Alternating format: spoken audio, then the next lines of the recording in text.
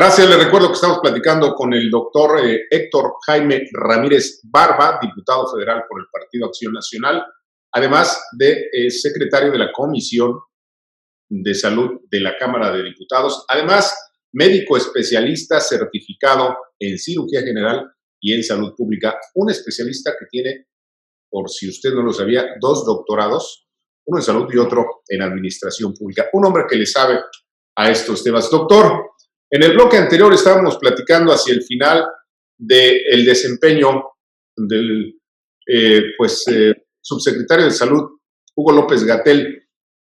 ¿Es el hombre adecuado para esta función tan compleja, tan difícil y con tan alta responsabilidad? ¿Cómo lo clasificaría usted si hacemos una calificación de 0 a 10? ¿Qué calificación le daría?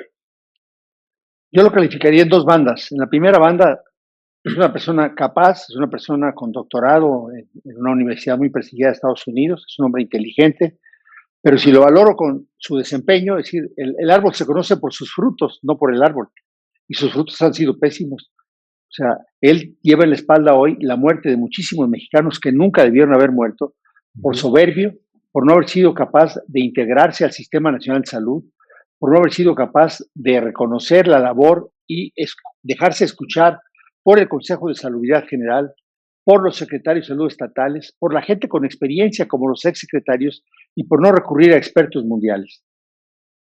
Sí. Lo ha hecho mal que antier el propio presidente dijo que lamentaba informarnos que había sido contagiado por COVID. ¿Y qué esperaba el señor si hoy se conoce que el COVID se transmite exactamente por la respiración? Y cuando el doctor López-Gatell le decía que no usara cubrebocas, que él con estampitas se protegía, que con que no robara y no mantuviera, se caminaba para adelante. Ahorita vamos con lo de la enfermedad del presidente, el contagio del presidente. Doctor, el señor López-Gatell, en el sistema político mexicano sabemos que no se manda solo, ¿sí? O sea, ningún secretario o subsecretario en la estructura del sistema presidencialista mexicano se mandan solos. Todos obedecen, pues, al presidente. La pregunta es concreta. ¿Quién es responsable de este desastre en el manejo de la pandemia en México? Porque, pues, hay un presidente que es el que pareciera que dice todo lo que se tiene que hacer, a pesar de que es un hombre que no conoce nada respecto al tema de la salud y menos de una pandemia de la que pocos conocían en el mundo. Si de manera puntual me dices tú, la Constitución prevé como órgano máximo de responsabilidad un órgano colegiado, que es el Consejo de Salubridad General, que preside quien a lo mejor tu auditorio ni siquiera conoce que existe. Hay un secretario de salud, presidente de este consejo, Sí. que es el doctor Carlos Alcocer Varela. Él es el secretario de salud, pero el presidente ha nombrado para fines de todo este tema al subsecretario Hugo López-Gatell, quien ha hecho a un lado al propio secretario y además con una confusión entre los órdenes. Entonces, la ley prevé con claridad quién es el responsable. Y también la ley prevé que además del Consejo de Seguridad General, en lo ejecutivo e inmediato, le da esa responsabilidad de coordinación del resto del sistema al propio secretario de Salud, Carlos Alcocer, que ha sido relevado en sus funciones por el subsecretario López-Gatell. Y obviamente quien instruyó que fuera López-Gatell, pues es el presidente de la República.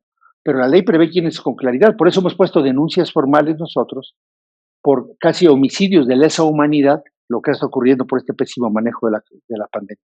A ver, nosotros, esto lo he dicho yo, doctor, en mis textos, en mis artículos, en mis opiniones. Yo he señalado que pues hay una actitud criminal en cuanto al manejo de la pandemia. La responsabilidad, si tuviese que haber un juicio político, y esta es una pregunta concreta, ¿a quién sería? ¿Al presidente, al subsecretario López-Gatell, al secretario de Salud? ¿A quién sería la responsabilidad si se determina en el Congreso que habría que hacer un juicio político? No, en realidad esa posición casi nunca se va a dar, ahí sí se perdería.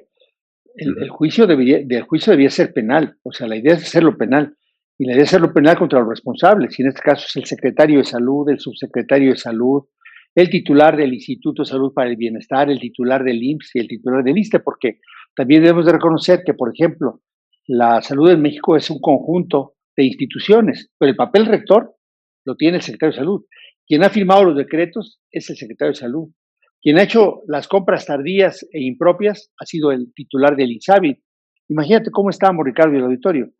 El responsable de planear la salud de 77 millones de mexicanos es una persona sin ninguna experiencia en el sector salud y con una nula experiencia en la administración. Muy buena persona, muy leal al presidente, pero pues hasta ahorita en 3 años no han podido hacer una licitación de medicamentos acordes, mucho menos de lo que se requiere, por ejemplo, para comprar las vacunas, Ricardo. A ver, ¿qué necesitamos para que se cambie de estrategia, para que las vacunas lleguen? Ayer, hace unos días, un prestigiado periódico mundial, el New York Times, decía que pues van a pasar 10 años para que se vacunen a los mexicanos. ¿Qué necesitamos para que se modifique la estrategia y para que funcione bien el Estado mexicano en atender la salud de los mexicanos, sobre todo en esta pandemia? De entrada, cambiar el piloto. O sea, Uh-huh. el piloto nombrado por el presidente de la República, Hugo López Gatell, que ha conducido a esta gran mortalidad en México, este gran sufrimiento económico, pues él debe ser quitado porque ha sido francamente incapaz de hacerlo. La segunda, el dinero. Y el dinero es lo que le sobra. Fíjate, todas las vacunas que ocupara México ocupaban en promedio 31 mil millones de pesos. Uh-huh. ¿Cuánto han tenido en la mano en efectivo para comprarlas? 140 mil millones. Es decir, tienen para comprar 4 veces más las vacunas que se ocupan en México. ¿Qué ha sido el problema? Pues su incapacidad gerencial, su austericidio republicano. Las vacunas ni siquiera sabemos, Ricardo, si las han comprado. Uh-huh. Teniendo el dinero. Sí. No hicieron la vacuna, pero saben cuál es. Tienen el dinero. Saben cuántos mexicanos existimos.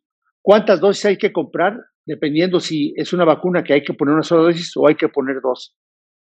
Bueno, pues ha sido pura incapacidad, puros errores que han causado vida y sufrimiento y seguirán causando si no lo hacen rápido. Es decir, no hay razón. La única razón es que ni siquiera a lo mejor han hecho las compras. Fíjate que en diciembre 2, cuando anunciaron la firma con Pfizer, nosotros pedimos por acceso a la información que nos dijeran los contratos, lo que dice la Organización Mundial de Salud. Lo mínimo es transparencia. ¿A quién le compraste? ¿Cuánto le compraste? ¿Y cuándo te lo va a entregar? Reservaron la información por 5 años y resulta que lo que dijeron que iba a llegar, Ricardo, no ha llegado. Un solo dato, así, te puedo dar muchos, pero un solo dato. Decían que iban a llegar vacuna CanSino Biologics, 2.5 millones en diciembre, 2.5 millones en enero. No ha llegado nada. Ni siquiera está registrada y autorizada en México. Con ese nivel de planeación, pues, ¿qué te puedes esperar? Ya no es un tema de la Cámara de Diputados. La ley prevé. Hay un decreto de emergencia. Está el dinero. Y no la compran y no la distribuyen. Y no solamente eso, las pocas que llegaron, Ricardo, en vez de proteger a nuestro sistema de salud, en vez de proteger médicos y enfermeras, empezaron a vacunarse altos funcionarios de la 4T y empezaron a vacunar a la estructura política del presidente, los famosos siervos, yo les llamo cuervos de la nación. Uh-huh. Qué indignación a las familias y a los médicos, a las enfermeras, a los camilleros, a la gente que se le está jugando la vida, y estos tipos utilizando la vacuna de manera política. Es una desgracia. Por eso los estamos denunciando ante la FEPADE también, ante la Fiscalía Especializada en Temas Electorales. A ver, doctor, ¿es incapacidad gerencial, es incapacidad política o de plano es uso político electoral del tema de la pandemia? Yo creo que son las dos. La incapacidad la han demostrado. Pues cuando tú dices, a ver, vamos a comparar funcionarios, como dijo el presidente, ¿no? Uh-huh. ¿Qué sabe hacer? ¿Cuándo debió haber hecho la licitación de la vacuna? Mira, el auditorio que nos escucha sabe que la gente que quiere comprar, que quiere hacer piñatas, ya sabe la época en que se van a hacer piñatas. Claro. La que hace suéteres ya sabe cómo hay que hacerlos para que se vendan. Dime si no sabían, por ejemplo, desde que empezaron a ver cómo se manejaba la pandemia, cuántos casos iban y el equipo que se necesitaba, cuánto tenía que haberlo comprado. Claro. Bueno, a la fecha hoy, Ricardo, con pena te puedo decir, digo, imagínate un paciente con una enfermedad severa hoy, en un hospital que está intubado, que requiere estar relajado y que no hay medicamentos y que la angustia de sentir el tubo para meter el aire se lo están quitando, Ricardo, porque no han comprado medicamentos. O sea, esa incapacidad es clara. Si desde junio en el Congreso les dijimos, ahí está el dinero, tenían 140 mil millones y no compraron las vacunas, Pues dime qué es. Eso es incapacidad, por no decir de otra manera. Claro. Muy bien. Y ahora, el hecho de que hayan vacunado primero a la estructura y ahora a los maestros, cuando el plan rector publicado por ellos mismos dijeron que no debía ser así.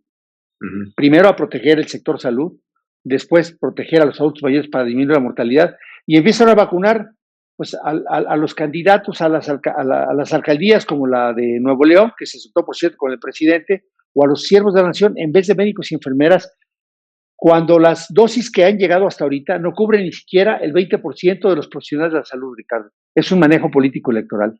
No hay vuelta de hoja. Si nos permite, vamos a una pausa. No se vaya, tenemos más